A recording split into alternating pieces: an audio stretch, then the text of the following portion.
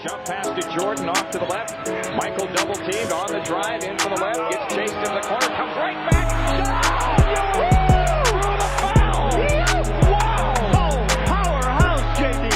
Michael Jordan, the athlete, the figure, the gold standard for greatness in not only sports, but all facets of life. During his basketball career, MJ would show us what a player with practically no weaknesses looks like. He would torch defenses on a nightly basis and put the clamps on opposing teams' stars. He also had a demeanor like no other, a killer instinct if you will. Just like Kobe Bryant, this competitive fire rubbed some teammates the wrong way. In the end though, most would respect Michael Jordan and what he's done for basketball. Welcome to NBA Zone, and in today's video, we'll be discussing all of this and giving you the information to answer the question of how good was prime Michael Jordan actually? Jordan averaged 28.2 points per game on 51.5% shooting during his rookie season with the Bulls, helping to build a team that had won 35% of the games in the previous 3 seasons' playoff contestant. He quickly became a fan favorite even in opposing arenas. Roy S. Johnson of the New York Times described him in November as, quote, the phenomenal rookie of the Bulls. And Jordan appeared on the cover of Sports Illustrated in December with the heading, A Star is Born. The fans also voted in Jordan as an All-Star starter during his rookie season. Controversy arose before the All-Star game when word emerged that several veteran players, led by Isaiah Thomas, were upset by the amount of attention Jordan was receiving. This led to a so-called freeze-out on Jordan, where players refused to pass the ball to him throughout the game. The controversy left Jordan relatively untouched when he returned to regular season play, and he would go on to be voted Rookie of the Year. The Bulls finished the season 38-44 and lost to the Milwaukee Bucks in 4 games in the first round of the playoffs. Jordan's second season was shortened when he broke his foot in the 3rd game of the year, causing him to miss 64 games. Despite Jordan's injury and a record of 30-52, the Bulls made the playoffs. Jordan recovered in time and performed well on his return to the playoffs. Against a 1985-86 Boston Celtics team that is often considered to be one of the best in NBA history, Jordan set an unbroken record of points in a playoff game with 63 in Game 2. However, the Celtics managed to sweep the series.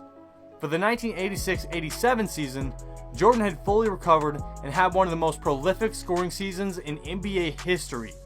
He became the only player other than Wilt Chamberlain to score 3,000 points in a single season, averaging a league-high 37.1 points on 48.2% shooting. Furthermore, Jordan showed us his defensive prowess as he became the first player in NBA history to record 200 steals and 100 block shots in a season. Despite the success of Jordan, Magic Johnson won the Most Valuable Player award. The Bulls reached 40 wins and for the 3rd year in a row advanced to the playoffs. They were swept by the Celtics again though. During the 1987-88 season, Jordan again led the league in scoring, averaging 35 points per game at 53.5% shooting and won his first league MVP award. He was also named the Defensive Player of the Year as he had averaged 1.6 blocks and a league-high 3.16 steals per game. The Bulls finished 50-32 and made it out of the first round of the playoffs for the first time in Jordan's career, as they defeated the Cleveland Cavaliers in 5 games. However, the Bulls then lost 5 games to the more experienced Detroit Pistons, who were led by Isaiah Thomas and the group of physical players known as the Bad Boys. Jordan would lose to this group of Pistons in the playoffs again in both of 2 of the following seasons. There's another offensive rebound over Pierce. To Jordan from a monster jam over my. Jordan won his second MVP award in the 1990-91 season after averaging 31.5 points per game on 53.9% shooting, 6 rebounds per game, 5.5 assists per game for the regular season. The Bulls finished first in their division in 16 years and set a franchise record with 61 regular season wins. With Scottie Pippen evolving into an all-star, the Bulls raised their play. In the opening 2 rounds of the playoffs, the Bulls defeated the New York Knicks and the Philadelphia 76ers. They advanced to the finals of the Eastern Conference, where they were weighted by their rival, the Detroit Pistons. But this time, in a 4-game sweep, the Bulls beat the Pistons. The Bulls advanced to the NBA Finals for the first time in franchise history to face the Los Angeles Lakers. who had Magic Johnson and James Worthy, two formidable opponents. The Bulls won the series 4-1 and compiled a 15-2 playoff record along the way. Perhaps the best known moment of the series came in Game 2, when attempting a dunk, Jordan avoided a potential Sam Perkins block by switching the ball from his right hand to his left hand in midair to lay the shot into the basket. In his first finals appearance, Jordan posted per game averages of 31.2 points on 56% shooting from the field, 11.4 assists, 6.6 rebounds, 2.8 steals, and 1.4 blocks. Jordan won his first NBA Finals MVP award, and he cried while holding the NBA Finals trophy. Jordan and the Bulls continued to dominate in the 1991-92 season, setting a record of 67-15, topping their 1990-91 franchise record. Jordan won his second consecutive MVP award with an average of 30.1 points, 6.4 rebounds, and 6.1 assists per game on 52% shooting, after winning a physical 7-game series over the New York Knicks in the second round of the playoffs. The media, hoping to create a rivalry between Magic and Bird, highlighted similarities during the pre-finals hype between Air Jordan and Clyde the Glide Drexler. Jordan scored a final record of 35 points in the first half of the game, including a record-setting 6 3-point field goals. He jogged down the court, shrugging after the 6th three-pointer as he looked courtside. Marv Albert, who broadcasted the game, later said it was as if Jordan were saying, "I can't believe I'm doing this." The Bulls went on winning Game 1 and defeating the Blazers in 6 games. For the second year in a row, Jordan was named Finals MVP and finished the series with an average of 35.8 points per game, 4.8 rebounds per game, and 6.5 assists per game, shooting 53% from the field. Despite a 32.6 points per game, 6.7 rebounds per game, and 5.5 assist campaign, and a second place finish in the Defensive Player of the Year vote, in the 1992-93 season, Jordan's streak in consecutive final MVP seasons ended as he lost it to his friend Charles Barkley. Coincidentally, in the NBA Finals of 1993, Jordan and the Bulls met Barkley and his Phoenix Suns.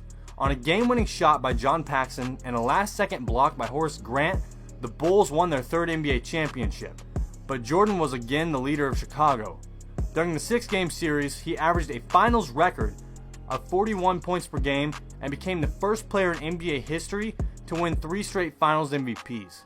In each game of the series, he scored more than 30 points, including a 40 or more points in 4 consecutive games. Jordan capped off a 7-year run with his third Finals triumph, winning 7 scoring titles and 3 championships. But there were signs that Jordan was fatiguing his massive celebrity status and all of his life's non-basketball hassles. Michael would struggle with some gambling issues and would also quit basketball for a few years to pursue a career in baseball. Headed partially blocked by Walker, gets it back, Tony Kukoc, for 3, short, 2 seconds, 1 second, this is to tie! Yes, sir! David Robinson says, damn! Michael says, I'll take it! Jordan was freshly motivated by the playoff defeat and trained aggressively for the 95-96 season. The Bulls were reinforced by the addition of rebound specialist Dennis Rodman, and the team dominated the league, starting at 41-3 during the season. The Bulls finished with a 10th best regular season record in NBA history, going 72-10. This record was later surpassed by the 2015-2016 Golden State Warriors. The Bulls lost in the playoffs only 3 games in 4 series. To win their 4th championship, they defeated the Seattle Supersonics 4-2 in the NBA Finals. For a record 4th time, Jordan was named Finals MVP, overcoming Magic Johnson's 3 Finals MVP awards. He also won only the 2nd sweep of the MVP awards in the All-Star Game, regular season, and NBA Finals, with Willis Reed winning the first in 1969-70 season. Since this was Jordan's first championship since his father's assassination, and it was won on Father's Day, Jordan reacted very emotionally when he won the title, including a memorable scene crying with a game ball on the locker room floor. The Bulls started 69-11 in the 96-97 season, but missed out on a second consecutive 70-win season by losing their final 2 games. This year, however, Karl Malone beat Jordan for the NBA MVP award. Again, the Bulls advanced to the finals, where Malone and Utah Jazz were faced.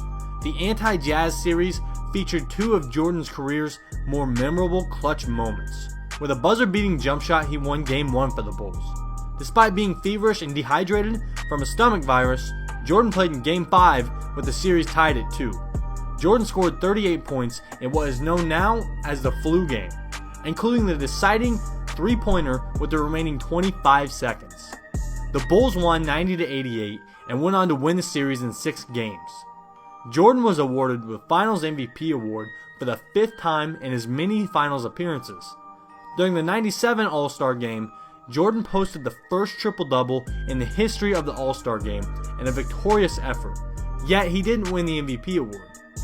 Jordan and the Bulls compiled a record of 62-20 in the 1997-98 season. Jordan led the league with 28.7 points per game, secured his 5th regular season MVP award, plus honors All-NBA First Team, First Defensive Team, and All-Star Game MVP. The Bulls won the Eastern Conference Championship for the 3rd straight season, including surviving the Indiana Pacers 7-game series. The Bulls returned to the Delta Center for Game 6 on June 14, 1998, leading the series 3-2. Jordan executed a series of plays considered to be one of the greatest clutch performances in NBA Finals history. With the Bulls trailing 86-83 with 41.9 seconds remaining in the 4th quarter, Phil Jackson called a timeout. When play resumed, Jordan received the inbound pass, drove to the basket, and hit a shot over several Jazz defenders, cutting the Utah lead to 86-85. The Jazz brought the ball up court and passed the ball to forward Karl Malone, who was set up in the low post and was being guarded by Rodman. Malone jostled with Rodman and caught the pass, but Jordan cut behind him and took the ball out of his hands for a steal. Then Jordan dribbled down the court and paused, eyeing his defender, Brian Russell, the Jazz guard. With the remaining 10 seconds, Jordan began dribbling to the right, then crossed to his left, possibly pushing off Russell. Although the officials did not call a foul, Jordan gave Chicago a lead of 87-86 with a game-winning jumper, the climactic shot of his Bulls career, with 5.2 seconds left. John Stockton then missed a three-pointer, giving the Bulls the win. Jordan and the Bulls won their 6th title and 2nd three-peat NBA championships. Once again, Jordan was voted the MVP of the finals, having led all scorers with an average of 33.5 points per game, including 45 in the decisive Game 6. Jordan's 6 finals MVPs is an NBA record. This would mark the end of Jordan's days with the Bulls, and he would retire for 2 years.